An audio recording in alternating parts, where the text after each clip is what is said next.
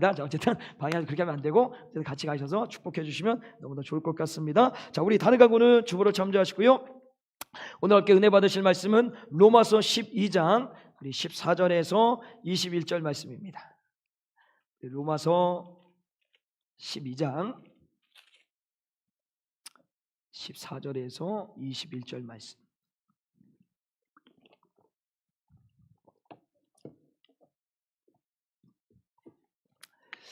이 말씀은 우리가 좀 한 절 한 절 교독을 해서 같이 한번 읽도록 하겠습니다. 14절입니다. 너희를 핍박하는 자는 축복하라. 축복하고 저주하지 말라. 서로 마음을 같이하여 높은 데 마음을 두지 말고 도리어 낮은 데 처하여 스스로 지혜 있는 채 말라. 남에게도 악을 갚지 말고 모든 사람 앞에서 선한 일을 도모하라. 할 수 있거든 너희로서는 모든 사람으로 더불어 평화하라. 내 사랑하는 자들아, 너희가 친히 원수를 갚지 말고 짐에 맡기라. 기록되었을 때 원수 갚는 것이 내게 있으니 내가 갚으리라고 주께서 말씀하시니라. 내 원수가 줄이거든 먹이고 목마르거든 마시우라. 그리함으로 내가 숯불을 그 머리에 쌓아 놓으라. 악에게 지지 말고 손으로 악을 이기라. 아멘. 자, 오늘 더불어 평화하라라는 말씀의 제목으로 함께 은혜를 나누도록 하겠습니다.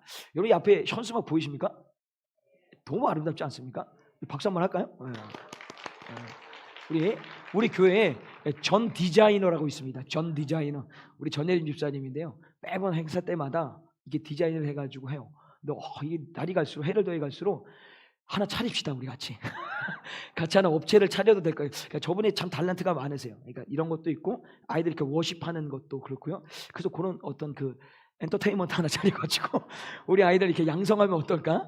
그런 생각이 조금 왔어요. 그래서 아무튼 한번 기도해 보시고 어떻게 또 그 자금이 필요하니까 자금 되실 분 같이 되시고 그렇게 하시면 좋을 것 같고, 여기 광고대로 우리 컬링 대회 아까 제가 광고를 못했는데 전세대 예배 드리고 또 우리 컬링 대회가 그날이 있는데 컬링 대회를 하는 목적은 공동체 하나를 위해서 하는 겁니다. 그래서 내가 잘하는 못하는 상관없이 어차피 나이대별로 끊어가지고 이렇게 팀을 제가 만들어 드릴 겁니다. 그래서 참가하셔갖고 함께 가는 겁니다. 한 번 졌다고 끝나는 건지 않고 이렇게 이렇게 하는 것이 아니라 전체 한 바퀴를 돌릴 겁니다. 돌려가지고 가장 많이 승을 하신 팀에게 1등 상금, 제 마음 같아서 한 1,000만 원 드리면 좋겠는데 여력이 안 돼서 아무튼 상금은 하여튼 성경 퀴즈보다 많게 하겠습니다. 성경 퀴즈 1등이 10만 원이었잖아요. 그러면 많으면 한 10만 1,000원 요 정도 하면 많아지니까, 예를 들어서 제가 그러고 하여튼 그 컬링을 그때 몇 개 돌릴 수가 있죠, 한 팀에서? 그죠.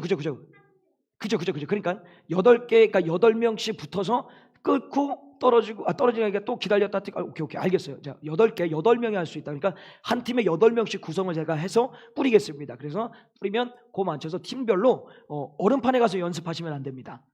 이건 얼음이 아니기 때문에 어쨌든 중요한 것을 그렇게 해서 한번 준비해서 잘 한번 재밌게 진행해 보도록 하겠습니다. 하여튼 좋은 일입니다. 그래서 중요한 건 여러분들 함께 적극적으로 참여해 주시면 감사하겠습니다. 자, 그 광고를 안 해서 그냥 얘기를 한 겁니다. 자, 오늘 더불어 평화라라는 말씀의 제목을 함께 나누겠는데요. 자, 우리가 지난주 부활절 전주에 2주에 걸쳐서 이 12장의 말씀을 통하여서 하나님께서 끊임없이 우리에게 생각을 하라고 합니다. 나에 대해서 생각하고 지체에 대해서 생각하고 은사에 대해서 생각하라. 자, 그런데 그 생각이 생각으로 끝나지 않고 삶으로 실천되기 위해서 우리에게 가장 필요했던 것이 뭐냐면 기준입니다. 사랑입니다.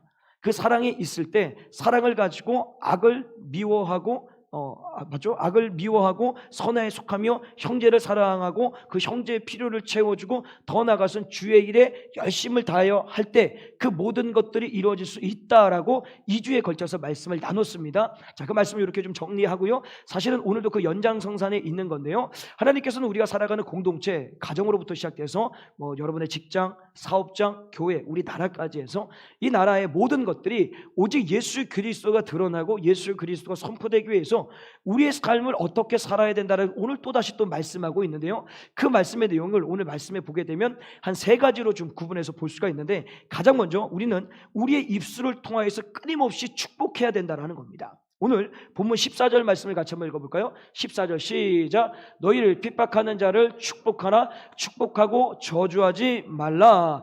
자, 축복을 하는데 나에게 축복하는 사람을 축복하는 것이 아니라, 물론 축복해야 됩니다. 핍박하는 자들도 축복하랍니다. 그러니까 여기 말씀해 보면 너희를 핍박하는 자를 축복하라는 너희는 당시에 초대교회 성도들을 얘기를 합니다. 그리고 여기 핍박하는 자들은 누구냐면 예수 그리스도를 믿지 않는 유대인들과 더 나아가서 그 당시에 주님은 오직 황제 가이사뿐입니다. 예수가 주가 될 수가 없어요. 그러니까 예수를 주로 고백하니 로마 정부가 가만히 있을 수 없는 거예요. 이 사람들을 잡아다가 괴롭히고 힘들게 하고 어렵게 만드는 그 핍박을 가합니다. 근데 어느 정도 이 사람들이 핍박을 당하냐면 우리 히브리서 말씀을 좀 볼까요? 히브리서 11장 36절 37절 시작.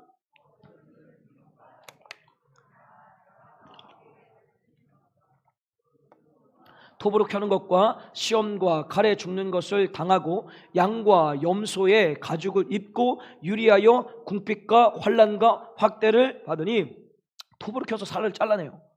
여기 양과 염소 털을 입었다는 뭐냐면 굶주린 사자 곰의 밥에 대게 해서 짐승의 탈을 씌워서 원형 경기장에 집어넣어서 짐승의 밥으로 죽게 만듭니다. 그러니까 얼마나 고난과 고통과 괴로움과 죽음을 당했는지 몰라요. 그런데 오늘 주님이 뭐라고 말씀하셨냐면 너희를 핍박하는 자를 축복하라고 합니다. 근데 정말 놀라운 것은 뭐냐면 이 초대교회 성도들이 이 말씀을 듣고 정말 나를 핍박하는 자들을 어떻게 해요? 축복하더라는 거예요. 그 원형 경기장에서 동물에 찍혀서 죽음을 당할 때도 내가 얼굴을 붉히거나 원망하거나 뭔가 욕을 해야 되는 게 아니라 그냥 그들을 축복하는 거예요. 스데반이 돌에 맞아 죽을 때처럼 저들이 죄를 알지 못합니다. 용서하여 주십시오. 저들에게 예수를 믿게 해주세요. 이러고 장렬하게 죽어버려요. 고문을 하는 모든 사람들, 모든 하여튼 핍박하는 자들에 대하여서 그들이 무슨 안갚음과 복수심을 가지고 죽는 것이 아니라 그 안에 축복을 선언하며 선포하면서 죽도라는 겁니다. 자, 그러면 오늘날 들어와서 이 초대교회 성도들처럼 이런 핍박과 고난을 당하는 우리 한국만 볼게요. 대한민국 땅만. 이런 일을 당하는 성도는 없습니다. 있습니까? 없어요. 꼭 있는 것처럼 없어요. 오히려 신앙생활이 너무 편해져서요.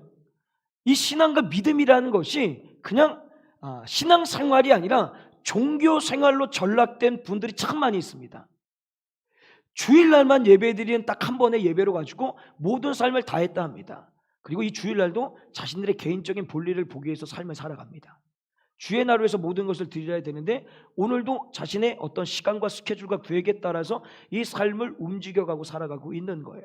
오히려 그 편리함, 오히려 핍박당할 때는 더 주를 찾았는데 핍박을 안 당하는 이때 너무 편하게 신앙생활하는 것이 오히려 우리에게 독이 되어 있는지를 모른다라는 거죠. 그런데 중요한 것은 어쨌든 그런 핍박이 있든 없든지 간에 주님은 오늘 우리에게 말씀하시는 게 뭐냐면 나를 힘들게 하고 어렵게 하고 괴롭게 하고 시험에 들게 하는 자가 있다 할지라도 그들에 대해서 뭐라고요? 축복하라는 거예요. 맞대어서 싸우지 말라는 거예요. 원망도 하지 말고 비난도 하지 말고. 근데 사실 우리 꼴을 보면 이렇지 않습니까? 어떤 사람이 나를 불편하게 어렵게 해요, 괴롭게 해요. 그러면 우리 나름대로 순간적으로 뭐가 되냐면 이 심판자가 되죠. 그래서 그 사람에서 판단을 하기 시작합니다. 이제 이 판단을 넘으면 뭐로 갑니까? 비난과 정죄로 간다는 거예요. 근데 주님 그걸 하지 말래요. 그걸 하지 말래요. 그냥 우리에게 그런다 할지라도 그게 뭐라고요? 우리 입술을 통하여서 축복을 빌어주라는 거예요. 그럼 왜 우리 보고 주님은 끊임없이 축복하라고 할까요? 여러분 우리 창세기 12장 2절 말씀을 같이 읽겠습니다. 시작. 내가 너로 큰 민족을 이루고 내가 복을 주어 내 이름을 창대케 하리니 너는 복의 근원이 될지라. 자, 이 창세기는 이 지금의 말씀은 하나님께서 아브라함에게 주시는 말씀이죠. 아브라함에게 주신 가장 근본적인 어떤 은혜의 말씀이 뭐냐면 복의 근원이 되랍니다. 너에게 복을 주는 자에게 복을 주고 너를 해하는 자에게 하나님 해하신다고 하면서 그에게 출발이 뭐냐면 복의 근원이 되라고 말씀하는 거예요. 근데 이 복의 근원이 되라는 이 말은 아브라함에게 주는 말씀, 아브라함에게만 주는 말씀이 아니라 아브라함 때부터 사는 모든 믿음의 성도들, 오늘도 살고 내일까지 주님 오시는 그날까지 사는 모든 믿음의 성도, 이 땅에 복의 근원이 되어야 되는 거예요. 그 복의 근원의 의미가 뭐냐면 축복의 통로, 축복의 도구로 살아가야 된다는 거예요. 그리고 그 축복의 통로, 축복의 도구가 결국 무엇을 의미하냐면 나를 통하여서 믿지 않는 자들이 예수 그리스도를 믿게 되는 그 통로, 그 축복의 통로로 살아가야 된다는 겁니다. 그러면 그 축복의 통로를 살아가기 위해서는 내가 세상 사람들과 똑같이 욕하면 욕하고 어렵게 하면 어렵게 하고 시험 들게 하면 시험 들게 하는 것이 아니라 그들이 나에게 뭐라 그런다 할지라도 나는 오늘도 축복의 통로이기 때문에, 도구이기 때문에 뭐라고요? 축복을 그들에게 어떻게 빌어줘야 되는 거예요. 끊임없이 축복의 말을 던져줘야 된다라는 거예요. 그래서 예를 들어 교회 공동체입니다. 제가 이제 사역할 때 이런 일이 있어요. 가끔 그런 분들이 좀 있어요. 어떤 분들이 있냐면 문자나 카톡을 보면 답을 안 해요. 요즘 이제 문자도 일자 없어지는 게 여기 있더라고요. 분명히 봤는데 답을 안 해요. 여기까지 조금 약간 기분이 상하는데 그 다음에 어떤 일이 생겨요? 전화를 합니다. 전화를 안 받아요. 그 부재중 떴잖아요. 근데 왜 전화 안 해요? 여기 말고 저쪽하고 저 밑에 지방에 있을 때 그 이상해요. 회신을 안 합니다. 그게 이상한 습관이에요. 잘못된 거예요. 그럼 막 속으로 막 이런 생각이 들죠. 이게 날 무시하나? 이 손가락이 부러졌나? 지금 뭐 하는 거나? 막 이런 생각 하지 말라는 거예요. 얘기하고 싶은 거예요. 축복하라는 거예요. 만약에 진짜 설사 그랬다 할지라도 우리가 해야 될 것은 뭐예요?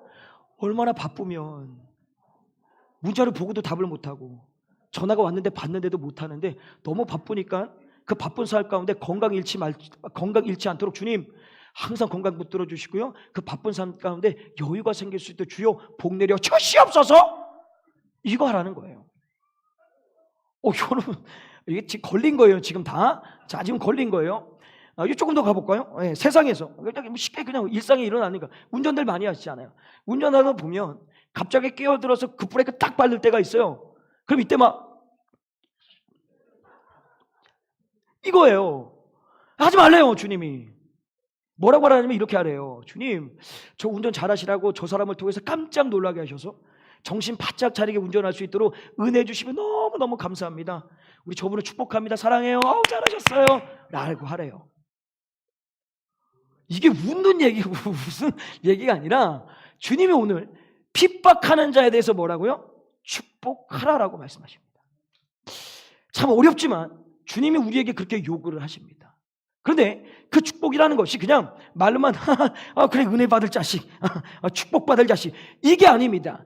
정말 내가 저를 축복하는 그 입술이 되려면 어디까지 가야 되냐? 우리 본문 17절 말씀을 같이 한번 읽겠습니다. 17절 시작. 아무에게도 악을 악으로 갚지 말고 모든 사람 앞에서 선한 일을 도모하라. 자, 악을 악으로 갚지 말고요 선으로 갚아주라라고 얘기를 합니다.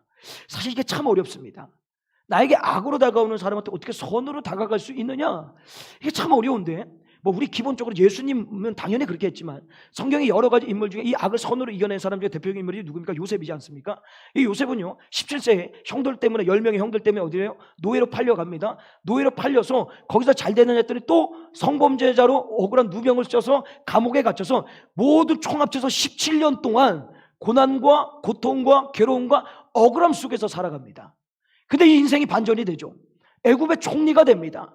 이때 그 형들 나를 팔아는 사실 이 형들이 나를 노예로만 팔지 않았다면 내가 감옥에 들어갈 일도 없어요. 성범죄자로 몰릴 일도 없어요. 그런 일들 나에게 일어나지 않을 텐데 모든 것들이 형들 때문인 거예요.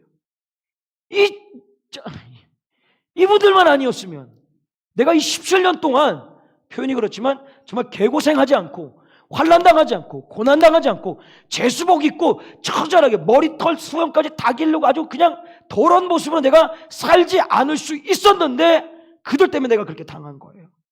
근데 그들이 내가 총리가 됐을 때 만나게 됩니다. 이때 형들은 자신들이 한 짓을 알지 않아요. 두려움에 떠는 거죠. 야 이거 큰일 났다. 우리가 죽게 생겼구나. 그때 요셉이 이런 고백을 합니다. 우리 창세기 50장 19절에서 21절 말씀을 같이 한번 읽어보겠습니다. 시작. 요셉이 그들에게 이르되 두려워 마소서 내가 하나님을 대신하리이까 당신들은 나를 해하려고 하였으나 하나님은 그것을 선으로 바꾸사 오늘과 같이 만민의 생명을 구원하게 하시려 하셨나이다. 당신들은 두려워 마소서 내가 당신들과 당신들의 자녀를 기르리이다 하고 그들을 간곡한 말로 위로하였더라. 사실 인간적인 입장입니다. 억울하죠. 답답하죠. 기회가 왔습니다. 상황이 완전히 반전이 된 거예요. 나를 노예로 팔은 10명이 내 밑에 와서 무릎을 꿇고 있어요.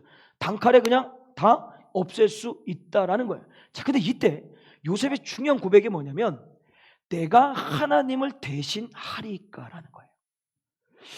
이게 어떤 의미를 담고 있냐면 그 악인들에 대하여서 내 시선으로 다시 말해 내 중심적으로 내 관점으로 봤을 때는 복수의 대상이고 죽여야 되고 안갚음을 해야 되는 대상인데 이걸 하나님의 관점, 하나님의 중심으로 돌려서 딱 그것을 보니까 내가 하나님을 대신하리까 이 말 속에 뭐가 담겨져 있어요? 자, 이거죠. 당시에 그 지역, 아니죠, 전 세계에 정말 있을 수 없는 기근이 일어나는 거예요. 그 기근 때문에 요셉이 생각했던 게 뭐예요? 나를 이미 이 땅 가운데 보내주셔서 그 기근 가운데 우리 형제들을 살게 하기 위해서 나를 먼저 그 상황, 환경 속에 놓여서 여기 애굽의 총리가 되게 하셨구나 라는 그 시선이 들어온 거예요.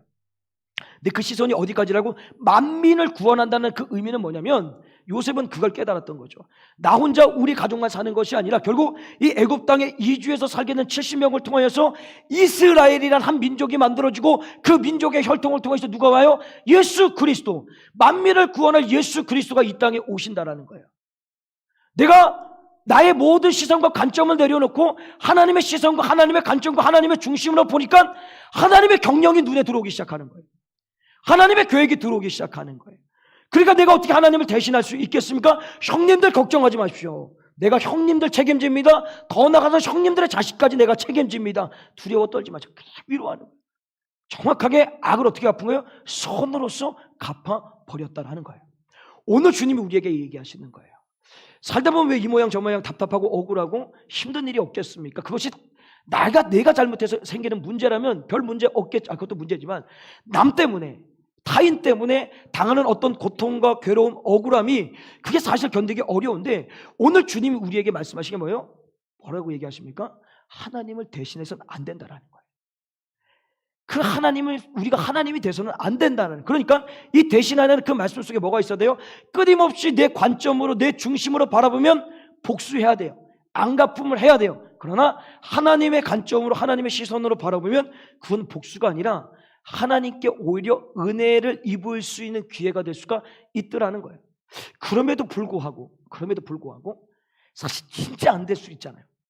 저 자식만 없었더라면, 저기 조목사만 없었더라면 그냥 네가 이 교회를 그냥 이럴 수 있단 말이죠. 근데 그때 주님이 우리에게 또 이런 말씀을 주셨어요. 로마서 12장 19절 말씀 읽겠습니다. 시작. 내 사랑하는 자들아, 갚지 말고 진노하심에 맡기나. 기록되었을 때 원수 갚는 것은 내게 있으니 내가 갚으리라고 주께서 말씀하시니라. 잘 보십시오. 원수를 우리 보고 갚으래요? 아닙니다. 사랑하는 자들아 가만히 있어라. 아버지 하나님 내가 갚아주겠다 라고 말씀하시는 거예요. 자, 근데 여기서 또 중요한 게 있습니다. 우리가 생각해서 하나님 갚아주시지, 알았어, 저거 나처럼 똑같이 당해봐야 정신을 바짝 차리지, 악을 악으로 하나님이 갚아준다, 이런 의미가 아니에요. 제가 한 이야기를 하나 들려드릴게요.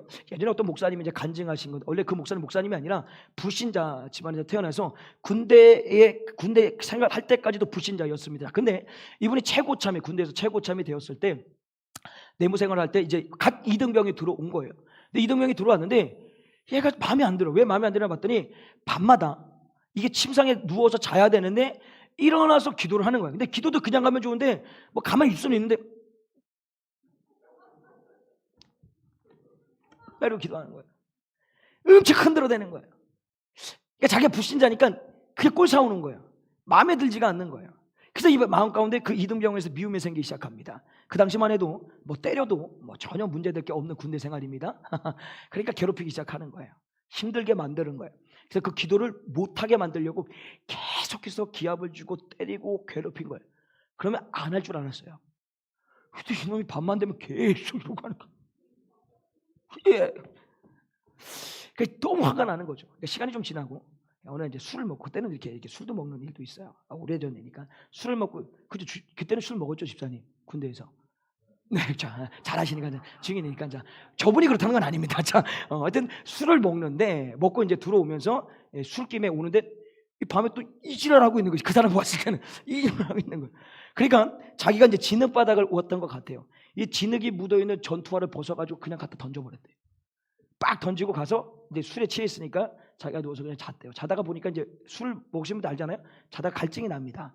그래서 이렇게 딱 일어나가지고 갈증이 나고 일어나려 눈을 딱 떴는데 그 이등병이 저기서 뭐를 푸시덕 하고 있더래요. 그래서 뭘 하나 계속 그냥 안 일어나고 보고만 있었대요. 근데 얘가 뭐라고 했냐고 봤더니 자기가 던진 전투와 한 짝씩은 전투 두 짝을 갖다 놓고 다 먼지를 닦고 구두를 닦고 있더래요. 구두를 딱 닦고 있더래요. 그래서 나중에 와가지고 그 전투화를 자기 침상 밑에다가 탁 두고 가더래요. 그때 이 사람이 딱 충격을 받은 거예요. 그러니까 저 사람이 기도하는 게 진짜 그러니까 진짜 기도하는 거라라고 생각이 드는 거예요. 그 다음날 정신을 차리고 그 이등병한테 자기가 사과를 했대요. 그리고 나서 그에게 복음을 듣고 교회를 나가기 시작했대요. 그리고 나서 지금 목사님이 되신 거예요. 놀랍지 않습니까? 예, 예. 이게 지어낸 얘기 아니라 진짜 어떤 목사님 간증인데요. 잘 한번 생각해 보세요. 만약에 그때 그 이등병이 그걸 앙심을 품고 저 이제 제대 다음 이제 만약에 집에 갈 날 돼서 저 한번 두고 말아요. 이 새끼 내가 전투하다 똥 묻혀갖고 던져버리겠다 하고 배로 갚으려고 준비하고 있었다고 합시다. 그러면 이분이 지금의 목사님이 되셨을까요? 절대 될 수가 없습니다. 자, 이거를 누가 갚은 거예요? 하나님이 갚은 거예요. 잘 보세요. 하나님은 우리에게 갚아주시라는 그 말이 우리에게 악한 짓을 했다고 그 사람이 악으로 똑같이 망하게 만드는 걸로 하는 것이 아니라 그 사람이 사실은 뭘 하시냐면 나를 통하여서 그 악을 당하는 나를 통하여서 예수가 드러나 그가 예수를 그러니까 믿을 수밖에 없도록 만들어내는 것, 그게 하나님이 갚으시는 방법이라는 거예요. 그래서 오늘 주님이 우리에게 얘기하신 건 뭐냐면 그러니까 악을 해가는 핍박하는 자들에게 축복하라고 하는 그 이유가 뭐냐면 악을 선으로 갚으라는 이유가 뭐냐면 결국 그 모든 것을 통하여서 나를 통하여서 여러분을 통하여서 예수가 드러나고 예수가 선포되어지고 그들이 예수를 믿을 수밖에 없도록 만들어가기 위해서 그 모든 일을 누가 하세요? 하나님이 하신다는 거예요. 우리가 해야 될 것은 진짜 구둣발이 날아와도 그 구둣발을 닦아줄 수 있는 정도, 악을 선으로 갚을 수 있는 정도. 나한테 욕을 해요? 괜찮습니다. 제가 잘못했습니다. 주님 저를 축복하여 저가 알지 못해서 나를 나를 핍박합니다 라고 기도해 줄 수 있는 그 정도까지 우리는 가야 된다라는 거. 그래서 마지막 우리 로마서 12장 21절 말씀을 볼까요? 시작. 악에게 지지 말고 선으로 악을 이기라. 오늘 이 말씀을 꼭 기억하십시오. 여러분의 살아가는 삶의 자리에 무슨 일을 만나든지 간에 어떤 일을 만나든지 간에 절대 악을 악으로서 이기려고 하지 마십시오. 악을 선으로 대하십시오.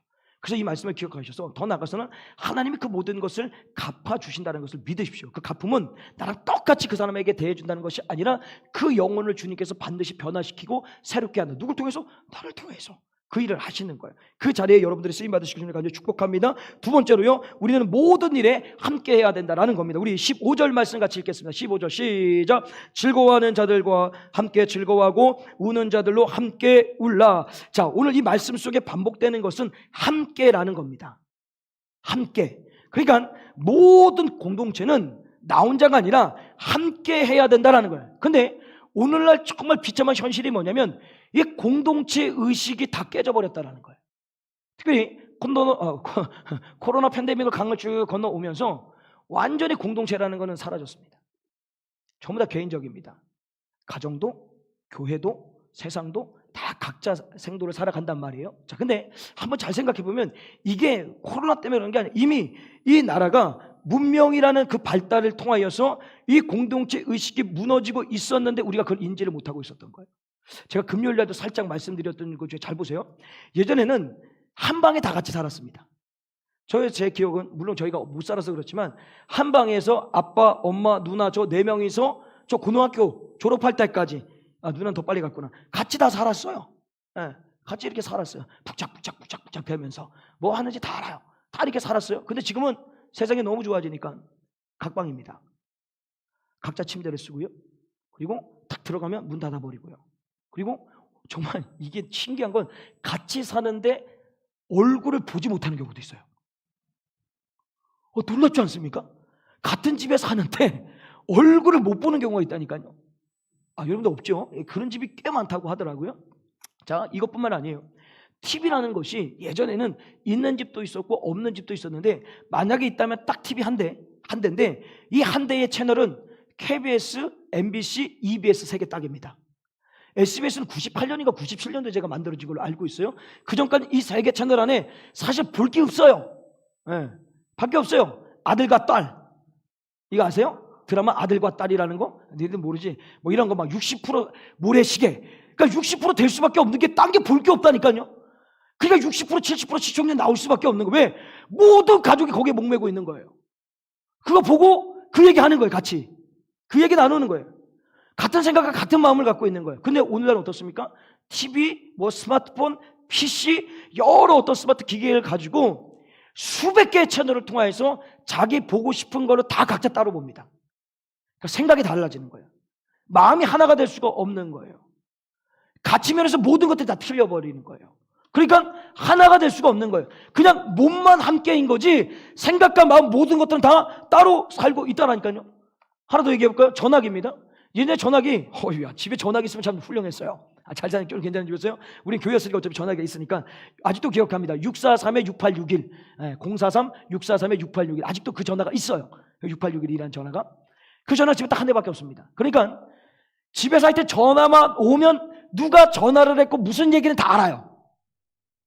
맞잖아요. 다 알았어요. 근데 지금은요, 전화를 다 각자 하나씩 갖고 있습니다. 더 큰 문제는 뭐냐면 이 전화기 속에 자신들의만의 온갖 비밀과 비밀스러운 것들, 숨기고 싶은 것들 이 안에 다 들어있어요. 그래서 패턴 걸릴까봐 지문으로 막아놔서 가족 안에 비밀이 너무 많아요. 함께라는 공동체 의식을 느낄 수가 없다니까요.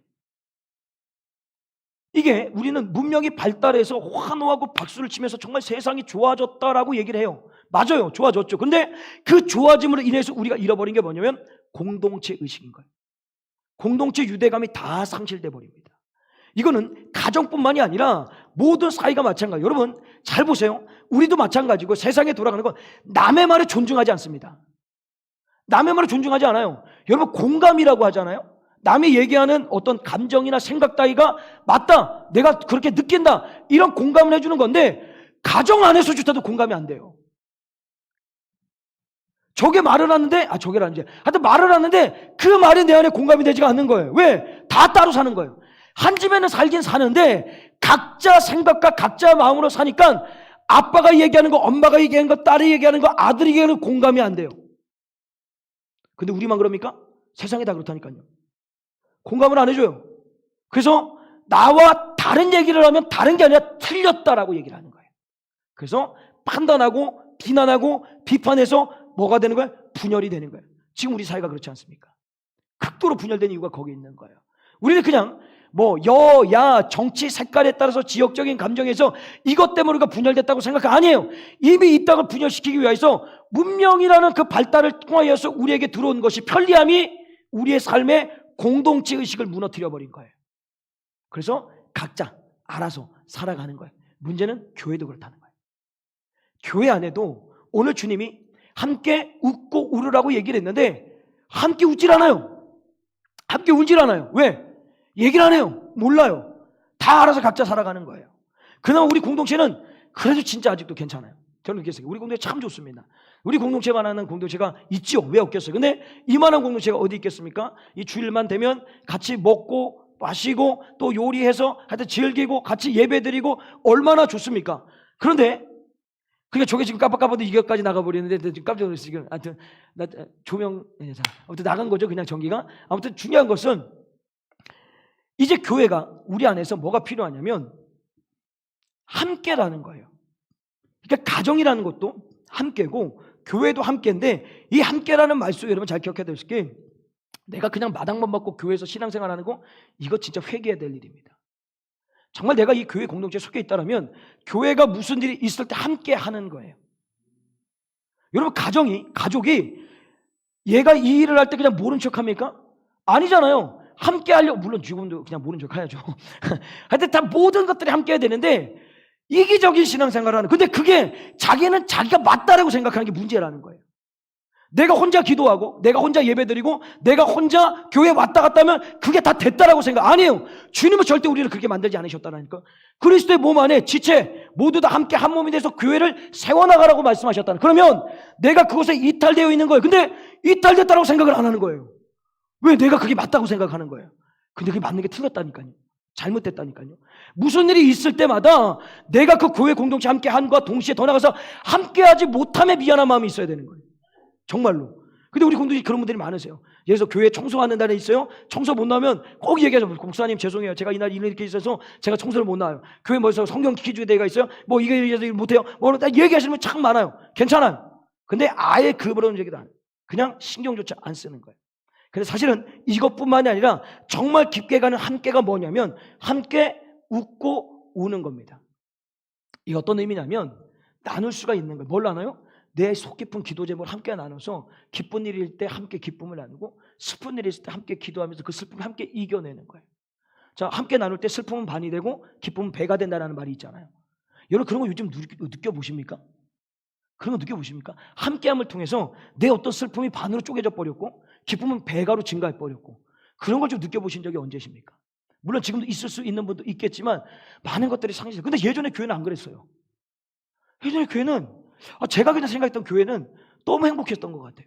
지금도 행복하지만 그전엔 더 행복했어요. 지금은 행복이 90이라면 그때는 100이었던 것 같아요. 그냥 교회 안에서 모든 것들이 막 즐기는 거예요. 함께 먹고 마시고 막 힘든 일이 있으면 아이고 집사님 목사님 그래서 같이 막 밤새서 기도하고 그런 게 없어요. 그거를 오늘 회복하라는 거예요. 그게 왜 회복돼야 되는지 아십니까? 이게 우리 안에서 가정으로부터 시작해서 이것이 회복돼야지만 결국 주 예수 그리스도 몸 안에 하나라는 것이 이 땅에 증명되는 거예요. 증명되면 예수를 믿지 않는 자들이 주님 앞으로 돌아올 수가 있는 거예요. 우리는 이거를 이루면서 오늘도 살아가야 된다라는 것입니다. 나가서 마지막으로 하나만 더요. 마지막으로 우리는 더불어 평화해야 된다라는 겁니다. 우리 보면 18절 말씀을 같이 읽겠습니다. 18절 시작.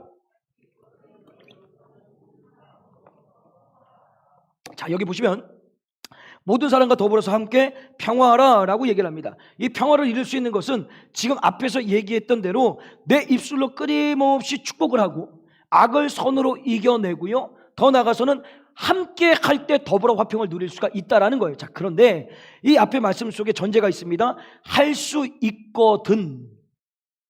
할 수 있거든요. 이 말 속에는 무슨 말이 담겨서 할 수 없을 수도 있다라는 거예요. 이걸 잘 이해를 하셔야 되는 거예요. 자, 더불어 화평을 해야 되는데 더불어 화평을 못 이룰 수 있을 때가 있다. 그거는 괜찮다라는 거예요. 어떤 때요? 잘 보세요. 모든 것들이 내 끊임없이 입술 가운데서 축복을 해야 됩니다. 악을 손으로 이겨내야 됩니다. 모든 것을 다 함께 해야 됩니다. 자, 그런데 기준이 있습니다. 그 기준은 뭐냐면 예수 그리스도 진리의 말씀에서 그 기준에서 벗어나지 않았을 때 끊임없이 축복을 하고 끊임없이 악을 손으로 대하고 끊임없이 함께 해야 된다라는 거예요. 예를 하나 들어볼게요. 회사에서 회식을 합니다. 오늘 말씀 들었어요? 축복하라 그랬어요. 그리고 악을 손으로 이기라 그랬어요. 함께 하라 그랬어요. 오늘 함께 회식 자리를 가겠습니다. 사장님이 술 따라주고 주님 말씀에 더불어 평화를 했으니까 그걸 내가 받아 마셔야 되는구나. 이게 더불어 평화가 아니라니까요. 더불어 평화라는 것은 만약에 내가 그걸 받아 먹지 않았어요. 그럼 뭐가 생깁니까? 갈등이 생기겠죠. 문제가 생기겠죠. 다음에 내 진급하는데 어려움이 생길 수도 있어요. 근데 그건 감수하라는 거예요. 여기서 더불어 평화라는 것은 무조건 좋은 게 좋은 거 맞는 게 맞고 그냥 더불어서 좋다고 사는 게 아니라 더불어 평화라는 것, 내가 입술로 축복해 주는 것. 이 사람이 불의를 저지르는데 그래 주님이 축복하래 그랬으니까 내가 모른 척 해줘야지. 저 불의를 통하여서 100배의 열매를 맺게 해주시옵소서. 이거 아니라는 거예요. 악하고 더러운 일을 저지르고 있는데 진리의 말씀 벗어나 일을 하고 있는데 저걸 선으로 이겨내렸으니까 예를 들어서 도둑놈이 들어와서 도둑놈을 훔쳐갔어요. 선으로 이기라고 했으니까 신고하지 말고 모른 척 해야지. 이거 아니잖아요. 함께 하라고 했잖아. 그래 주일날 여행 가고 술 마시고 가지 말아야 될 것 먹지 말아야 될 것 함께 하는데 주님이 함께 하셨으니까 마음과 뜻과 정성을 다해 내가 함께 해야지. 이거 아니라는 거예요. 더불어 평화라는 것은 그 더불어 평화 안에는 뭐가 있냐면 예수 그리스도인 거예요. 예수 그리스도 진리의 말씀이 딱 기준이 돼서 우리가 정말 이 세상 가운데 이 세상을 변화시키고 이 땅 가운데 예수가 드러나게 하기 위한 방법은 진리의 말씀으로 기준이 돼서 살아가면 된다는 거예요. 근데 문제가 자꾸만 진리에서 벗어난 일들 속에 우리가 자꾸 들어가는 거예요. 그러니까 예수 믿는 사람이나 예수 믿지 않는 사람이나 똑같다. 예수 믿을 이유가 없는 거예요. 여기서부터 문제가 오기 시작한 거예요. 그래서 복음이 전해지는 게 어렵게 시작된 거예요. 만약에 이 땅에 1000만이라는 믿음의 사람들이 있다라고 했을 때 이 1000만이 오늘도 오롯이 진리의 말씀에 붙들려서 그 진리의 말씀이 기준이 돼서 그 말씀에 벗어나지 않는 상태에서 축복을 하고 악을 손으로 이기고 함께 모든 일을 했다라면요 우리 대한민국은 벌써 복음화 됐을 겁니다. 그런데 그렇게 하지 않는 거예요. 이 말씀을 자꾸만 이용해 먹는 거죠. 내 편리한 대로, 내 유리한 대로.